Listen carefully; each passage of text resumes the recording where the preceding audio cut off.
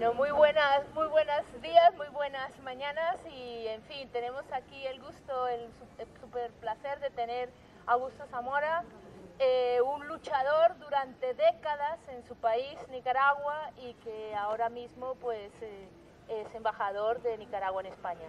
Y realmente es un placer porque no es la primera vez que le escucho una charla y precisamente por eso, por saber lo que dice y por gustarme mucho lo que dice a mí y a muchas de las compañeras que están aquí presentes, pues lo hemos invitado en esta ocasión a este domingo de economía, uno más entre muchos y además conmemorativo lo que fue una gran masacre en América Latina como fue el día de ayer.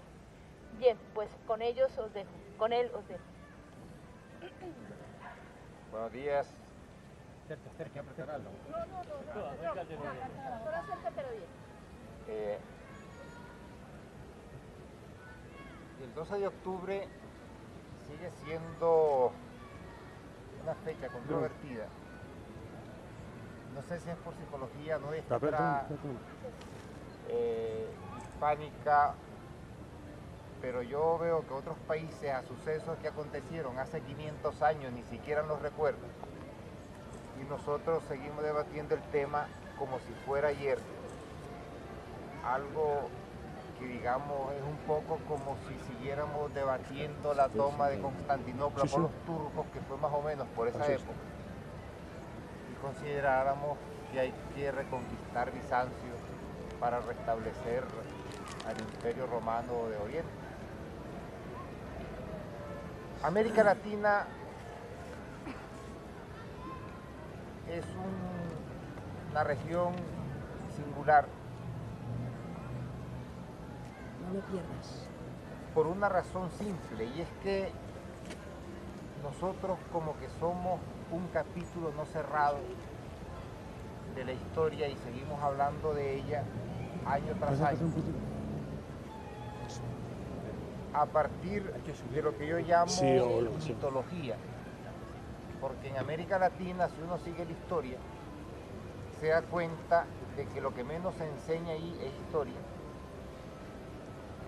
Y que a partir de un hecho concreto, que fueron los procesos de independencia, se ha construido toda una mitología, primero para magnificar las independencias en sí, y segundo para, a partir de esta mitología, justificar todos los desastres que las oligarquías han perpetrado contra sus países y sus pueblos. Yo estoy aquí como embajador, que ya no lo soy, ya renuncié, tenía 7 años ahí, ya me salía moho. Estoy como lo que yo soy realmente, profesor universitario, investigador, miembro de la Academia de Geografía e Historia de Nicaragua. Eso no lo dice nadie porque tampoco yo lo digo, ¿verdad? Y de América Latina les quiero decir como punto de partida una cosa. De las investigaciones que yo he hecho y que concluyeron en este libro que tengo aquí a mis pies, que lo titulé Ensayo sobre el subdesarrollo Latinoamérica 200 años después, una conclusión.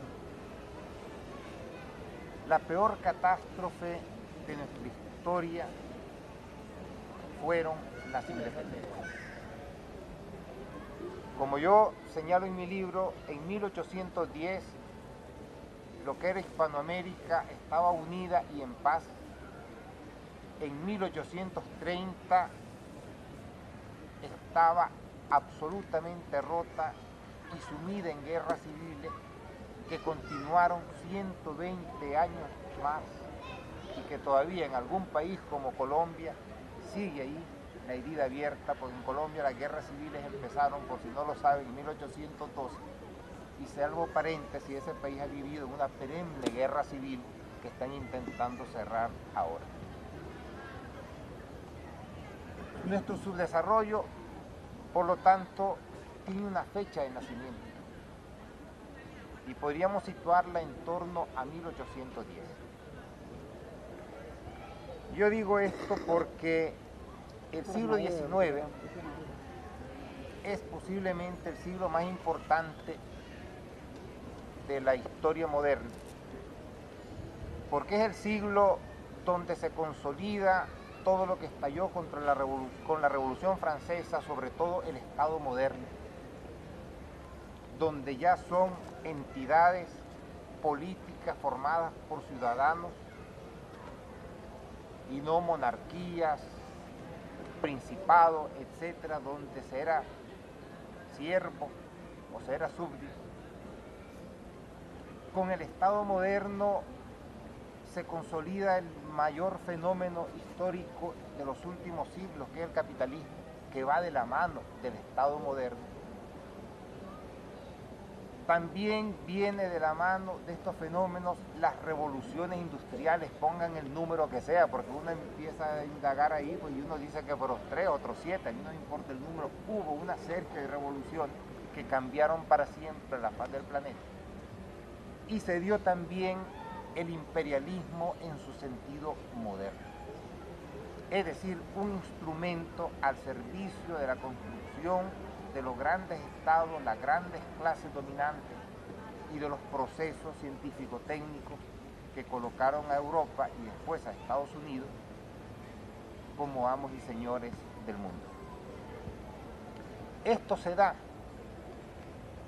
entre 1830 y 1890. Y estas fechas son claves para entender por qué Latinoamérica está como está. Y es que es justamente en el periodo en que surge el nuevo orden mundial, que todavía sigue marcando el paso, cuando América Latina, a raíz de las independencias, queda literalmente fuera de circuito. Y cuando digo fuera, es total, completa y absolutamente fuera de los procesos que se estaban dando en Europa. Y esto determina que en América Latina todavía hoy no podamos hablar de estados en el sentido europeo del término, porque las independencias, que son movimientos profundamente contrarrevolucionarios, ese es otro error en la apreciación. Quienes hacen las independencias son las clases dominantes, terratenientes, comerciantes, niñatos como Bolívar, que andaba bacanaleando aquí en Europa hasta que de repente se le ocurrió, hijos de la alta aristocracia como O'Higgins. Y esa gente entrega el poder a las oligarquías agrarias y comerciales, que son profundamente reaccionarios. El caso más claro de este movimiento se sucede en el antiguo reino de la Nueva España. Yo no sé si hay alguien que conozca la historia de México, pero México es el país sin historia, porque todo lo que ahí se cuenta es una tergiversación perversa, absurda, patética de la historia de México. En México no hay un solo monumento a don Agustín de Iturbide, que fue el padre de la Revolución Mexicana, que le llaman ellos, o sea, de la independencia de México. ¿Y por qué don Agustín de Iturbide no tiene estatuas ni avenidas? Porque don Agustín de Iturbide, criollo, terrateniente, católico ultramontano, fue el hombre que estuvo al mando de las tropas realistas que liquidaron la sublevación de Hidalgo, Morelos, Castilla, quien lo ordenó su ejecución, lo ordenó que lo descuartizaran. Y después, cuando vio que de las Cortes de Cádiz podía llegar a México unas transformaciones que ellos no querían, consideró Iturbide y lo suyo que era mejor independizar la Nueva España antes que permitir que llegara ningún tipo de cambio a la Nueva España. Y entonces el ejército, que había sostenido a la monarquía, se declaró independiente. Entonces, ¿cómo va México a elevar estatuas a Iturbide si para ellos sus padres fundadores fueron Morelos e Hidalgo? que dicho sea de paso, en 1818 Iturbide había aplastado total y completamente el movimiento insurgente, había liquidado a todos sus dirigentes y el reino de la Nueva España estaba absoluta y lealmente bajo la corona española. Pero eso no lo cuentan. Como en Colombia tienen de héroe a Bolívar y a Francisco de Paula y Santander, que quiso matar a Bolívar. Y Bolívar saltó en Bogotá por una ventana y por los pelos no terminó descuartizado y ahí la historia hubiera cambiado. Y de Bolívar, ¿qué decirle? Salió de Venezuela, Venezuela se hundió en una guerra civil atroz que le llaman la guerra social, de 700.000 habitantes que más o menos tenía la Capitanía General de Guatemala, murieron más de 200.000. Emigró toda la clase inteligente y pudiente porque en aquel desastre de país no podía vivir nadie, pero Bolívar jamás volvió ni jamás volvió a preguntar qué pasaba en Venezuela. A partir de ahí, todo lo demás es una cascada de calamidades. Yo encontré un estudio que comparaba los índices, digamos, de desarrollo, pues según parámetros actuales, entre los dominios españoles y Estados Unidos, que tampoco era homogéneo. Ustedes saben que el norte era de pequeños propietarios, inmigrantes, y con una naciente revolución industrial, y el sur era una estructura como la latinoamericana de latifundio basada en la esclavitud. Pues bien, la diferencia en 1810 era aproximadamente de 1 a 1,5. Pero para 1890 la diferencia de desarrollo entre Estados Unidos y Latinoamérica es de 1 a 150. Es decir, mientras Estados Unidos se había enganchado, y esta es la causa de su éxito, a los fenómenos que se daban en Europa. Y esto, entre otras razones, porque Estados Unidos, que quedó en paz, fue el receptor de la gran masa inmigratoria que salió de Europa huyendo del naciente capitalismo, pudo incorporar a esa gente que llegaba con nuevas ideas, nuevas visiones, a sus procesos de desarrollo. En cambio, América Latina, sumida en espantosas guerras civiles, cuartelazos y violencia sin fin, no llegaba a nadie. De hecho, las primeras olas migratorias de América Latina llegan un siglo después, y sobre todo a la región del Río de la Plata. Con los emigrantes llegan los empréstitos europeos, llega la tecnología, llega el ferrocarril, y Estados Unidos por eso puede crear en una decena de años una enorme base industrial, y con la derrota de México en la guerra del 47, que ve duplicar su territorio, disponer de espacios suficientes para absorber la enorme masa migratoria europea en un continente que era esencialmente deshabitado, y por eso se decía en América que poblar es gobernar. Si vamos a Argentina o a Brasil, la población era mínima y estaba en las zonas costeras. El resto del país no existía, y como no había gente para poblar porque nadie emigraba ahí, tampoco hubo manera de ir creando un Estado moderno sobre las bases que aportaba la emigración, porque la emigración, no nos engañemos, ha sido un factor de desarrollo esencial en el continente americano. Y de hecho uno puede medir los niveles de desarrollo siguiendo los flujos migratorios según las áreas. No es casualidad que Canadá, Estados Unidos sean los más ricos, porque esos países desde finales del 18 fueron receptores netos de masas migratorias, mientras América Latina no la recibió hasta finales del 19, principios del 20, pero además la recibió de los países más atrasados de Europa, porque eran masas migratorias que llegaban de Portugal, de Italia, de España, mientras que la que llegó a Canadá, Estados Unidos, llegaba de Inglaterra, Alemania, los países nórdicos es decir, del corazón de lo que era en ese entonces la revolución industrial y el capitalismo. Pues bien, a partir de ahí, en América Latina las oligarquías construyen lo que yo llamo el Estado oligárquico. El Estado moderno se caracteriza por una alianza, por así decirlo, entre las emergentes clases burguesas que necesitan al Estado como instrumento, y por eso hay una comunión total entre capitalismo, burguesía, imperialismo y Estado, y sobre esa base surgen los grandes estados europeos. En cambio, en el Estado oligárquico es una clase dominante, arcaica, que tiene al Estado y lo administra como una finca, y a la población como peón. Quizá uno de los ejemplos que mejor ilustra esta visión y permite diferenciar entre el Estado moderno y el Estado oligárquico es la cuestión científico-técnica.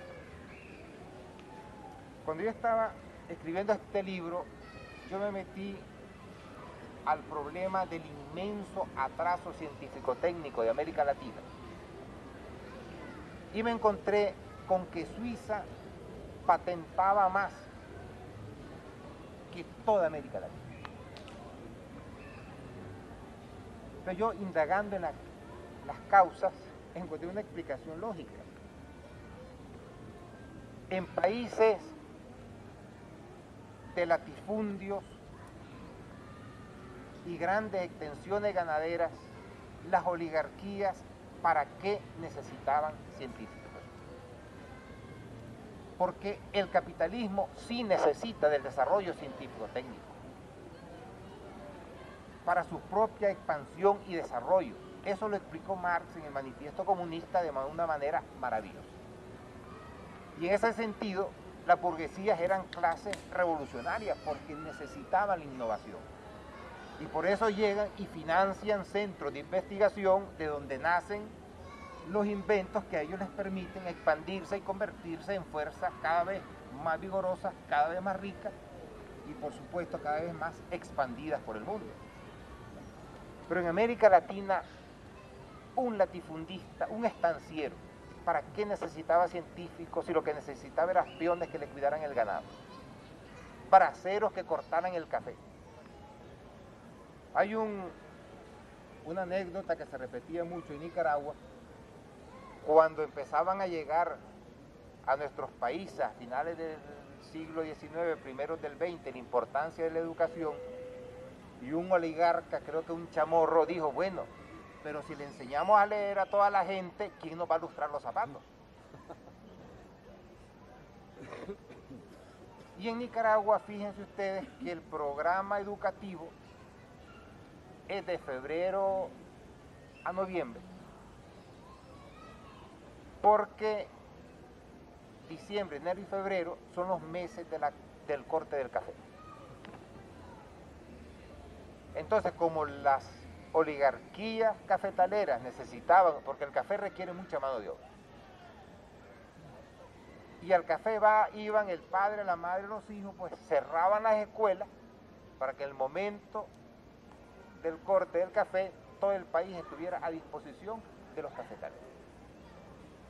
Y es hoy, y si ustedes van, porque yo hice la investigación, averiguar cuánto invierten incluso los gobiernos que pasan por ser los más avanzados, y les hablo de Brasil o de Chile, en el ámbito científico, técnico, y el resultado es casi cero patatero. Es más barato comprar las patentes, pagar los royalties para las 4 vainas semi-elaboradas que sacan los países que siguen siendo países de economía terciaria. No hay un solo país medianamente industrializado que merezca el nombre. Yo sé que se habla mucho en Brasil, comparamos Brasil con Corea del Sur y no hay color. Sacan 4 cosas, investigan ustedes, por ejemplo, los aviones de Brasil, el 89% son royalties. O sea, piezas que ya compran elaboradas o patentes que llegan y ellos hacen el ensamblaje, pues como maquilas.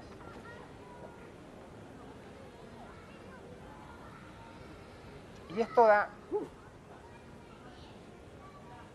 el Estado oligárquico. Por otras cosas, yo me encontré esto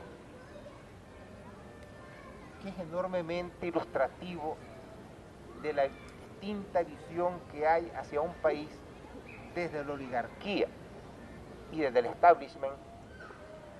Porque me encontré un profesor de Harvard que hizo una diferenciación entre oligarquía y establishment que a mí me convenció, y la repito aquí, y se la voy a leer. Y dice: la meta fundamental de un establishment es asegurar que el sistema funciona, de modo que a la larga el país tenga éxito. Un establishment confía en que si el sistema funciona y si el país va bien, sus miembros prosperarán personalmente. Un establishment seguro de sí mismo no necesita que un interés propio sea el valor supremo cuando toma decisiones públicas. En cambio, una oligarquía es un grupo de individuos inseguros que acumulan fondos en cuentas bancarias suizas secretas. Como creen que deben atender siempre a su interés personal inmediato, no los atrae la idea de invertir su tiempo o su esfuerzo en mejorar la prosperidad a largo plazo del país. Dicho francamente, no confían en que, si su país tiene éxito, ellos lo tendrán. Esto es América Latina. Y le voy a dar otro ejemplo. En Venezuela encontraron petróleo en los años 20 del pasado siglo. Chile, en el territorio que le robó a Bolivia, encontró el mayor yacimiento de cobre del mundo y lo empezaron a explotar en los años 80 del siglo XIX.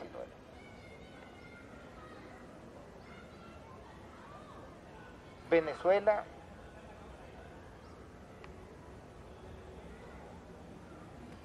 le zumba la maraca.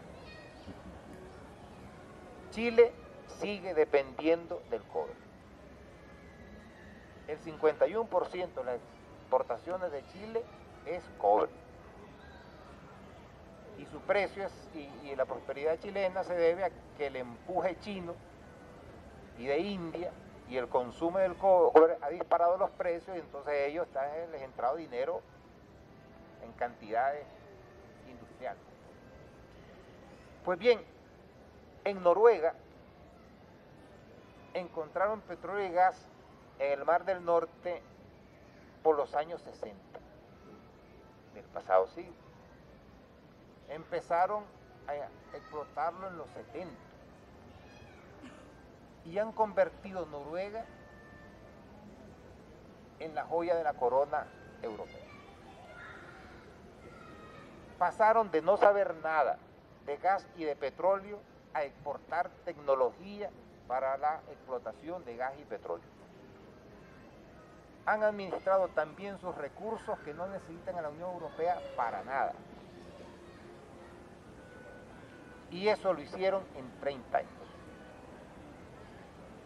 Porque en Noruega, donde el petróleo además es del Estado,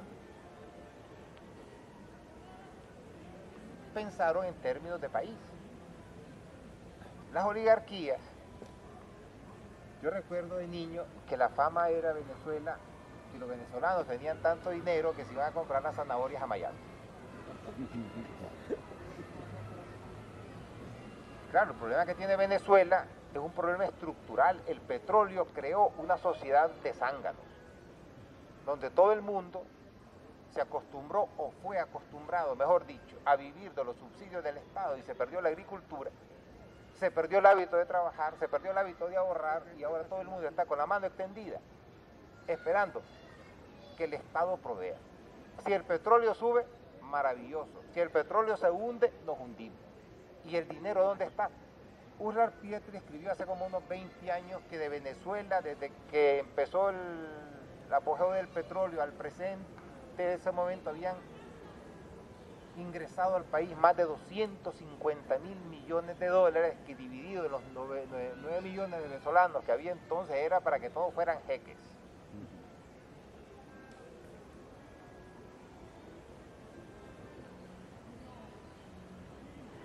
Las independencias nos dejaron así.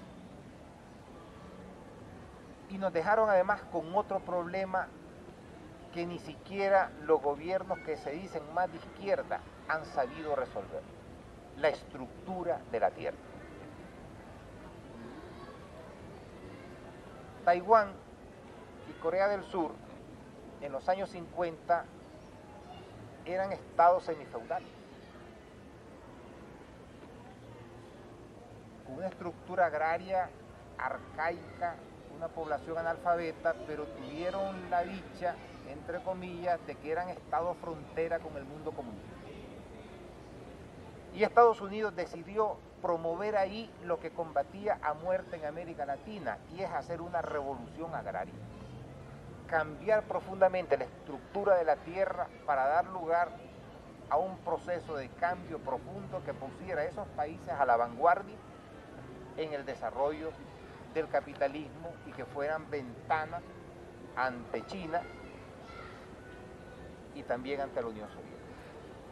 En 50 años esos países pasaron de ser estructuras arcaicas, semifeudales, a ser potencias industriales.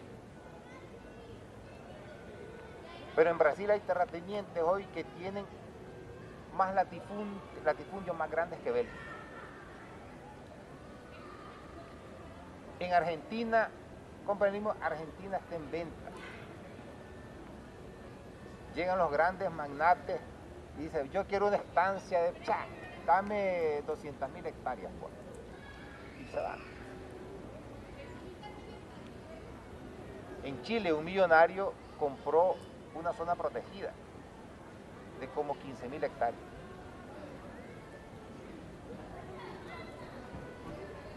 Y en Nicaragua se aplicó aquello del gato pardo, de que cambió todo para que no cambiara nada, porque al final una de las razones de la derrota de la revolución sandinista es que el Instituto Nicaragüense de Reforma Agraria se dedicó a quitarle la tierra a los pequeños y medianos productores que habían sido la base y el sustento de la revolución y después lo fueron de la contra, pero no tocó a los grandes latifundistas porque muchos de ellos eran parientes de los dirigentes revolucionarios.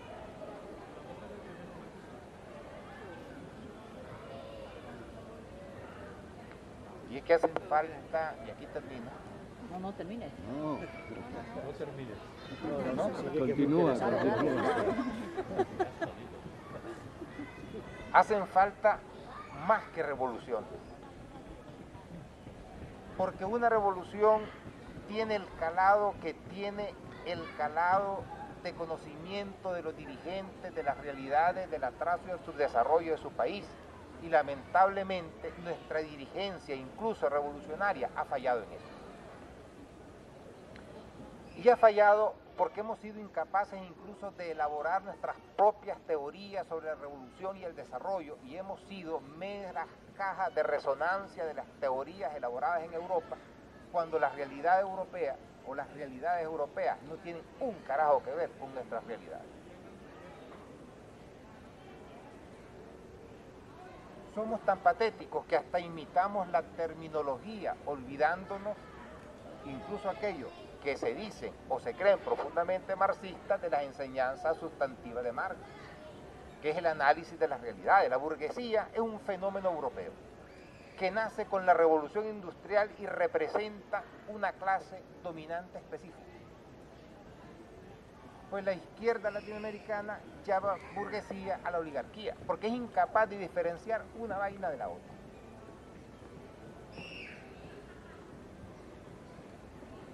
Se planteaba la lucha de clases en términos como la planteaba Marx en las sociedades industriales, en países donde la inmensa parte de la población era rural, analfabeta, y no sabía un carajo de qué le estaban hablando. Si ellos querían revolución agraria, ¿qué llegaban hablando? De reforma agraria, que no es lo mismo. O planteando la lucha contra el imperialismo, cuando la lucha de ellos era contra los latifundistas.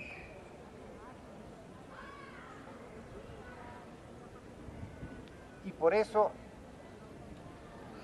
es que incluso revoluciones como la cubana fracasaron. porque la estructura de la tierra, que es la madre de todas las batallas en el campo económico, no ha terminado nunca de ser entendida, ni abordada, ni mucho menos resuelta. Cuba, en vez, por ejemplo, de hacer una revolución agraria y entregar la tierra a la gente para que la trabajara, la estatizó, y si antes producía azúcar y la vendía a Estados Unidos, pasó después a producir azúcar y a venderla a la Unión Soviética. Pero la estructura no cambió.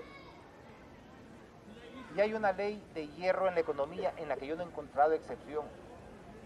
Y es que para que un país pueda salir del subdesarrollo, tiene primero que resolver el problema de la tierra y el hambre. Tiene que producir el máximo posible de alimentos para no gastarse las pocas divisas que entran en importar alimentos. Porque esas divisas las va a necesitar para fomentar los procesos de cambio en educación, en salud, en inversión científico-técnica y en cambiar las estructuras agrarias, haciendo importantes inversiones para mejorar la productividad del campo. Es decir, es imposible que Nicaragua salga nunca de su desarrollo mientras una vaca media en Nicaragua produzca 2 o 3 litros de leche. Es imposible estructuralmente hablando, por más discursos que se den sobre el desarrollo, la revolución y las papas fritas. Es imposible que el país salga adelante mientras de 1 hectárea se sacan 4 libras de frijol. La relación costo-beneficio es siempre absolutamente negativa. España, fíjense, no logró arrancar un poquito hasta que empezó a resolver el problema de la tierra y de la productividad. Yo recuerdo de un profesor, pues yo estudié aquí mi carrera, que decía que España en sus orígenes del crecimiento económico era un país exportador de aperitivos y fruta, que eran aceitunas y naranjas. Pero fue a partir de ahí que empezó un proceso de acumulación que permitió una industrialización más amplia.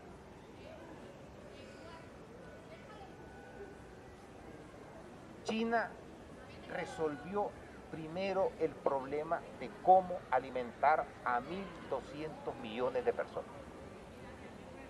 Yo he estado 2 veces en China, me la he recorrido con mochila de arriba abajo, desde la primera torre de la muralla china hasta la última. Y puedo dar fe de que hay comida a niveles asombrosos para la cantidad de gente que existe en ese país. Y fue a partir del momento en que el gobierno chino resolvió el problema del sustento de la población que empezó el milagro asombroso del desarrollo. Nosotros no lo hemos resuelto. Salvo un puñado de países, tenemos grandes porcentajes de población pasando hambre. En Nicaragua es aproximadamente el 30%, que era el 50%, se ha progresado. Pero no es solo el 30%, es que también veamos las medidas de ingesta de alimentos, de la calidad. Porque también como la alfabetización, no es solo que sepan leer y escribir y sumar 2 y 2 más 4, esto es más profundo y más radical. Porque con gente que apenas sabe leer y escribir y apenas sumar, tampoco hacemos nada.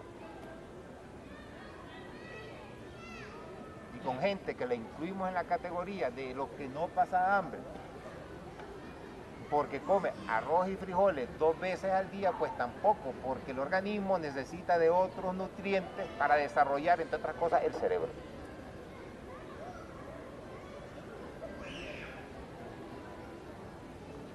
Y eso es lo que nos dejó la independencia. Por eso yo lo llamo la mayor catástrofe de nuestra historia. Nos quedamos colgados en el siglo XIX y los problemas estructurales de nuestros países siguen estando clavados con clavos kilométricos en las primeras décadas del siglo XIX. Por eso es que hay que distinguir, ya ahora sí que termino, entre crecimiento y desarrollo. América Latina vive periódicamente periodos de crecimiento, como el que estamos viviendo ahora. Pero no son periodos de crecimiento intrínseco, sino que un crecimiento derivado del empuje de las economías reales. Es China, es India, es Japón los que tiran del desarrollo latinoamericano con la demanda de materias primas o alimentos. Pero crecimiento no es desarrollo. A finales del siglo XIX todo el mundo consideraba que Argentina un siglo después iba a ser de las grandes potencias del mundo porque sus niveles de crecimiento eran sencillamente espectaculares.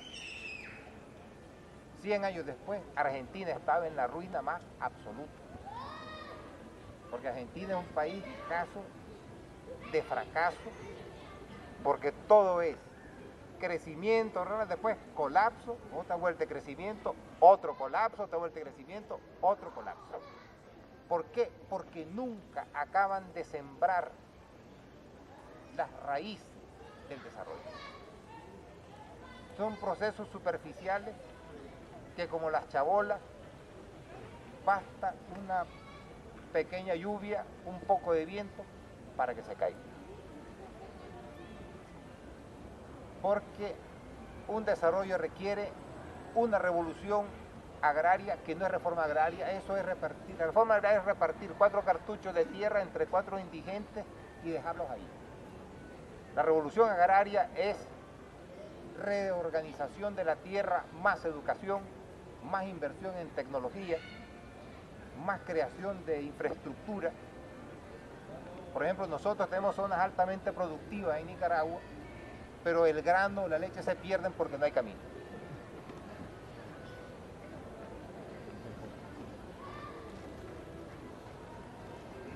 El desarrollo requiere inversión en educación, pero no para enseñar solo a leer y a escribir. Yo propuse en Nicaragua la introducción de la enseñanza audiovisual porque vamos tan atrasados que no podemos esperar los procesos simples a través de la lectura. Tenemos que acelerarlos y las nuevas tecnologías, les dije yo, nos la dan y a través de la enseñanza audiovisual podemos dar saltos cuantitativos. Porque gente que es incapaz de leerse un libro de ciencia se puede tragar 10 horas de documental. Pues bien, no me hicieron caso. Porque el subdesarrollo es una telaraña que está allá adentro, incluso de quienes dirigen. Y por supuesto, sin inversión en el campo científico, técnico, tampoco hacemos nada porque seremos siempre consumidores de tecnología que será siempre, y valga la redundancia, más cara que las materias primas que nosotros exportemos. En resumen, que estamos mejor que hace unos años, pero lejos, bastante lejos, de dar gritos de triunfo, de poner las campanas al vuelo. Gracias.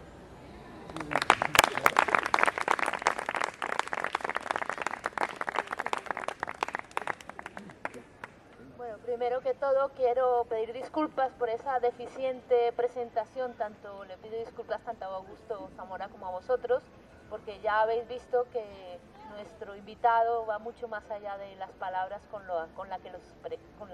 las que lo presenté. Y en cualquier caso vamos a iniciar ahora un pequeño debate en función de las intervenciones ahora que harán las personas presentes y las preguntas que a lo mejor te hacen. Entonces doy la palabra a los que planteen. Bueno, pues entonces voy de izquierda a la compañera Aurora, Rita y Ricardo. Luego hacemos un turno de 4. Hola, relacionado con esto Fuerte. último que has dicho... Ay, por favor, que no graben, que no quiero salir. Ya ha salido. Bueno, relacionado con esto último de lo que acabas de hablar, pues a mí se me ocurre también para España, que tengo la sensación de que navegamos desde la transición, que es lo único que se Más puede alto, por mencionar. favor, más cerca. Bueno, que navegamos en aguas superficiales, que hace falta navegar en aguas más profundas. ¿Vale? ¿Me explico relacionado con lo que has dicho tú? Bueno, vale, de acuerdo. Continúo. Una cosa que me sorprende es que Chile ingrese tantos dividendos por el cobre y sin embargo hace poco ha tenido unas revueltas estudiantiles bestiales. ¿Qué pasa? Que se gastan el dinero en otra cosa porque no llega a la educación, por lo visto, porque ha habido muchas manifestaciones relacionadas con este tema. Y luego quería comentar que nosotros tenemos unos amigos colombianos que nos decían que los venezolanos los electrodomésticos no los arreglaban cuando se estropeaban, los tiraban directamente, y entonces los colombianos se iban a Venezuela a coger los electrodomésticos venezolanos, de los venezolanos. Y luego, por último, te quería decir que vi una película de Ingmar Bergman hace mucho tiempo que se llamaba Los Emigrantes, y precisamente emigraban porque en Suecia pasaban hambre. O sea, hoy es un país puntero, pero no sé en qué época se desarrolla la película, pero bueno, incluso llega a morir un niño pequeño de hambre porque se toma el pan con la levadura y por lo visto le debe reventar los intestinos o algo así. O sea, que era una cosa tremenda. Bueno, y nada más que esto. Muchas gracias.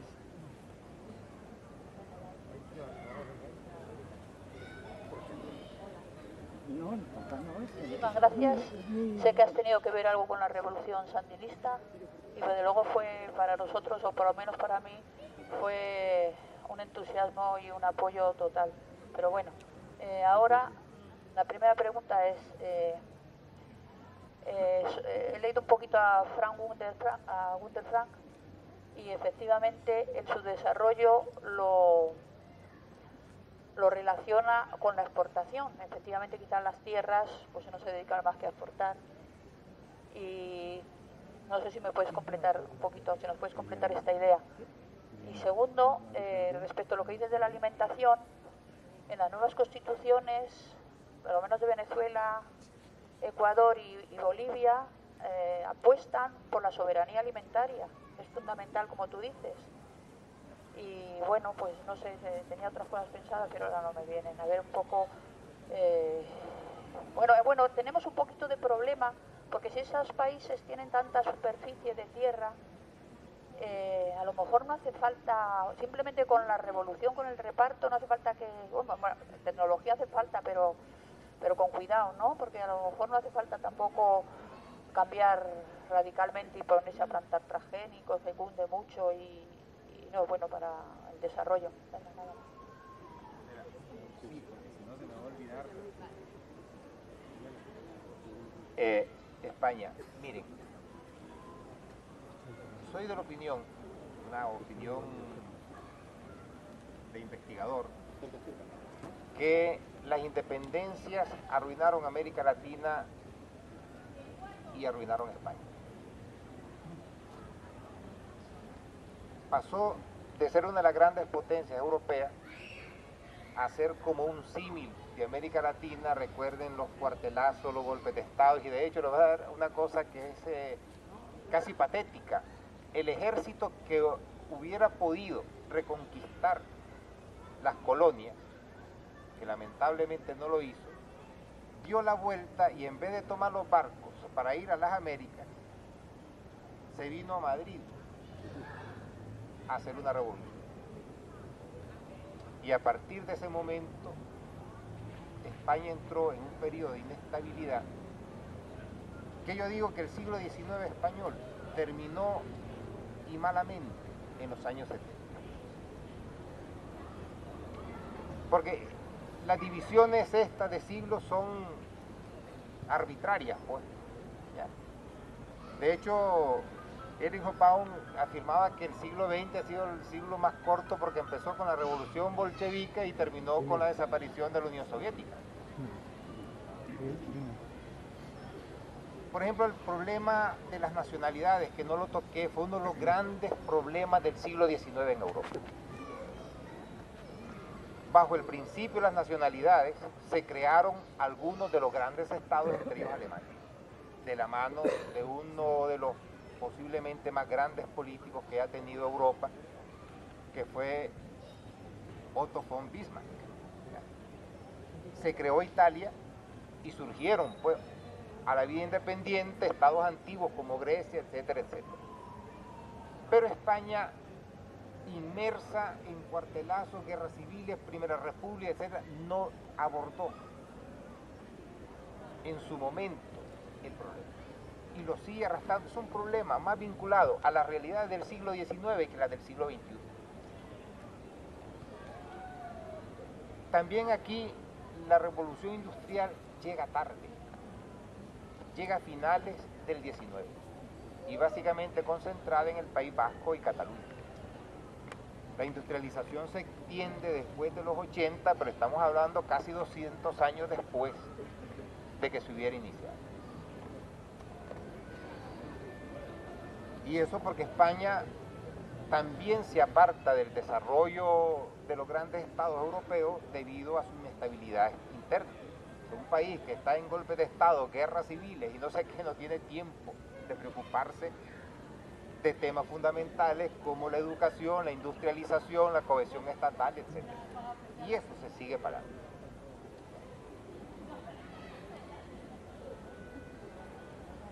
La tierra es la base de todo. Primero, somos animales territoriales. Segundo, históricamente de la tierra la especie humana ha obtenido el sustento. El control de la tierra ha sido causa de infinitas guerras, matanzas, fratricidio, etc. Y el impacto de la tierra en la economía es esencial. La revolución industrial, en cambio en Inglaterra, empezó con la ley de cercas. Era una ley porque ahí todos los las tierras eran de los grandes nobles, no sé qué, pero no estaban cercadas, entonces nadie tenía nada. Cuando se ordena cercar, la gente deja de ser comunitario y pasan a ser propietarios, con lo cual pueden pedir préstamos, hipotecar, etcétera, o sea, empezar a generar procesos de acumulación de capital. España, por ejemplo, un país que todavía hasta época muy reciente era de grandes latifundios, es un anacronismo en Europa. El país no puede funcionar sobre latifundios. Por eso es que Brasil no termina nunca de despegar. Un latifundio a latifundio. En Argentina pues hacen las cosas, pero al final vuelven a latifundio. Y eso implica que los países nunca terminan de generar riqueza suficiente para resolver sus problemas y terminan gastando cantidad ingentes de dinero en importar alimentos, con lo cual detraen recursos para la educación, etcétera, etcétera, etcétera.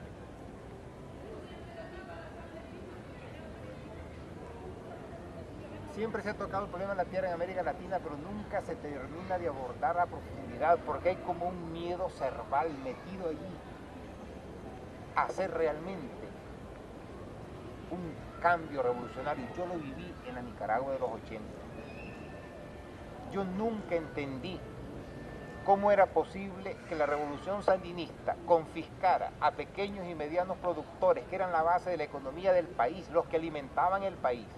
Y por eso en el 83 Nicaragua, que exportaba frijoles, pasó a importarlos.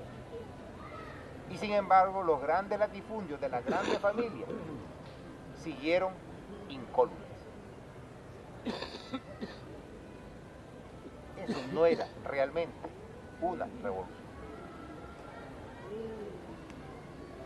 No sé qué más me preguntaban, es que me acumulan varias La cosas. exportación, la exportación. Ah, mira, es que, a ver, una cosa es crecimiento, otra cosa es desarrollo y otra cosa es reparto. O sea, en Chile, el 10% de la población más o menos se queda con el 80% de los recursos. Es lo típico del Estado oligárquico. En Nicaragua pasa igual. O sea, aunque desde el Estado se haga un esfuerzo de inversión social, esto nunca va a producir el mismo efecto que si se diera realmente un reparto equitativo de la riqueza. Estamos exportando más que nunca, pero hay más archimillonarios que nunca. Y la desigualdad se ha disparado. Es lo típico latinoamericano. Somos el continente más desigual del planeta. Y cuando hay crecimiento, esto significa que las grandes fortunas serán todavía más grandes fortunas y que la brecha social va a profundizarse unos cuantos centenares de metros. ¿Vio?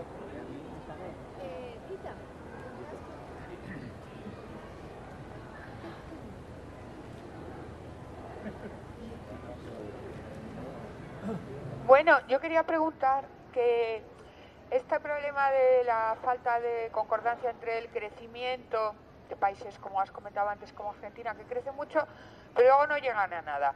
Yo supongo que hay ahí oscuros poderes entre medias, porque es evidente que a los países fuertes saben que si nosotros también crecemos, no es lo mismo.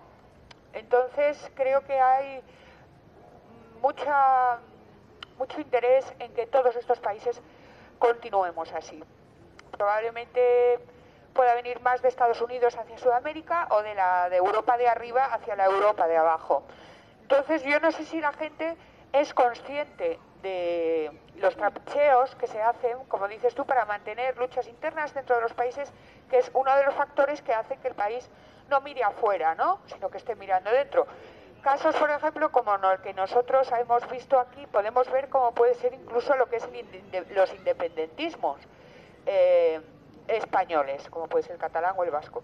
Al margen de la intención espiritual de independentismo, para nosotros, por ejemplo, hay una gran dosis de mafia metida ahí, de servicios de inteligencia, de gente que está provocando que todo eso sean conflictos internos. Sin embargo, esto a la gente no le cae bien. O sea, a la gente no le gusta saber que lo que está viviendo se está provocando y se está manipulando, ¿no? Entonces es un problema muy grave para mí, porque para mí la gente no es consciente de todos los entramados que hay por arriba para mantener el país en la situación, y luego de qué manera tú piensas que se podría conseguir hacer a la gente ser consciente de esto y poder de alguna forma, de alguna manera también rebelarse y también acceder a una mismo establishment.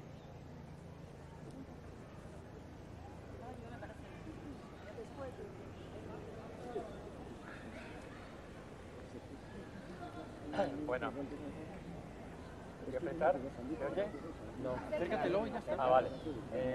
Bueno, ahí No se oye.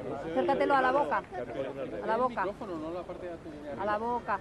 digo que hay muchos temas abiertos que son para mí son muy interesantes, porque está el tema de la relación de España, las relaciones con América Latina, pero yo quería centrarme en un punto, bueno, primero en el tema de la tierra. Bien, el tema de la tierra, en efecto, como tú bien dices, en España no hace mucho, desde los años 50-60, tenía una productividad bajísima, había muchísimo latifundismo.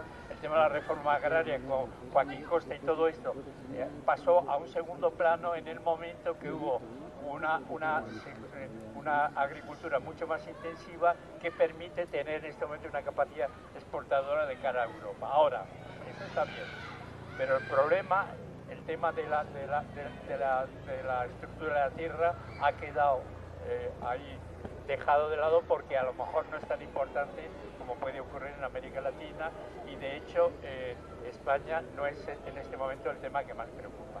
En cualquier caso, en efecto dio lugar a un proceso de acumulación y un proceso de industrialización, pero a mí lo que quería destacar es que este proceso de industrialización, en este momento que estamos metidos en el tema de la financiarización y de la deuda, estamos dentro de Europa, pero estamos desindustrializando, jugando un papel absolutamente subsidiario. Este sería un punto de comparación con América Latina, y que podría ver como reflejo de lo que tú estabas planteando del camino a seguir. Pero yo quería también plantear otro tema que me interesa mucho, que es, y que me ha preocupado y he trabajado algo, que es el tema de las inversiones de España en América Latina, y cómo un país pequeño como España en un momento fue capaz de desplazar a Estados Unidos o de América Latina en las inversiones. Ahora estamos en un proceso de retroceso, y qué papel podía haber jugado España con América Latina si no se hubiera metido en la Unión Europea, o incluso dentro de la Unión Europea, que la idea es que ha dado la espalda en América Latina, y lo que se habla ahora del proceso de triangulización entre América Latina, España y China. Que ha sacado el tema de China, cómo China se está metiendo en América Latina, desplazando por supuesto a Estados Unidos y España, y haciéndose con las grandes empresas y como papel hegemónico.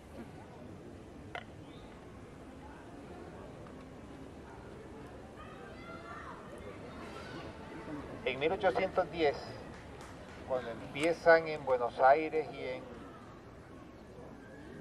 la Nueva Granada los movimientos de independencia, aparecieron los británicos ofreciendo ayuda a los independentistas a cambio de la firma de lo que le llamaron acuerdos de libre cambio, que hoy llamamos acuerdos de libre comercio.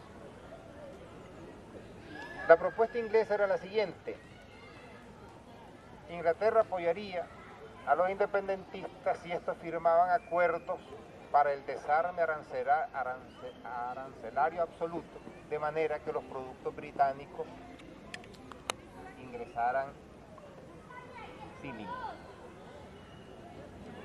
Eduardo Galeano, en las venas abiertas de América Latina, señala que estos acuerdos destruyeron el incipiente proceso industrial que había en varias regiones de América Latina sobre la base de los tejidos, la industria naviera que estaba en Guayaquil y en Acapulco.